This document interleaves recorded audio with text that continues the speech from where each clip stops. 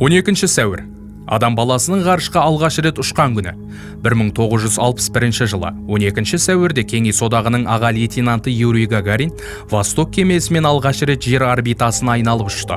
Дорогие друзья, близкие и незнакомые, через несколько... Құрметті достар, бірер минуттан соң ғарыш кемесі мені сонау алыстағы жұлдыздарға алып ұшады. Менің бар өмірім керемет бір сәт сияқты. Бұған дейін жасалған нәрсенің бәрі осы сәт үшін болды. Кеттік. Сделано ради этой минуты.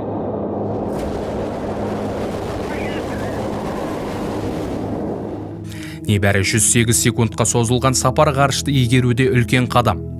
Ғарыш саласында қызмет етіп жүргендермен ғылымның жаңа деңгейге көтерілген күні. Қазақ ұлтының алғашқы ғарышкері Тоқтар Әубәкіров 1991 жылы ғарышқа экспедициялық сапармен барып, сол жақта 7 күн болды. Әубәкіров нөмірі 1 ғарышкер ғана емес, ол алғаш рет басқа кеңістікте жүріп қазақтың ұлттық тағамын жеген адам.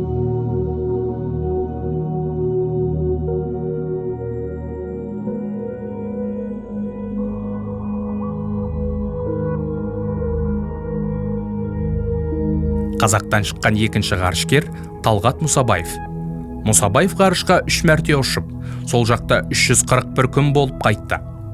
Талғат Мұсабаев Гиннес рекордтар кітабына енген. Осы күнге дейін ол секілді ешкім ғарыш кеңістігінде ұзақ уақыт болып көрмеген.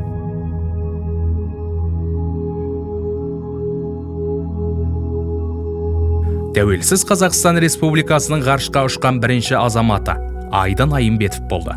Айдын Айымбетов 2015 жылдың 2-12 қыркүйегі аралығында Союз Тұма 18М және халықаралық ғарыш станциясына бағыт алған Союз Тұма 18М кемесінің 2-ші борт инженер ретінде ұшты. Ұшу уақыты 9 тәулікке созылды. Ғарышта ондаған ғылыми эксперименттер жүргізді.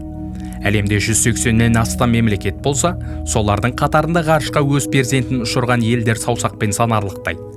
Әлемде өз ұлтынан 3, немесе одан да көп азаматты ғарышқа көтерген 9 ғана мемлекет бар. Соның ішінде қазақ ұлтының, қазақ мемлекетінің бәсі әрдайым жоғары.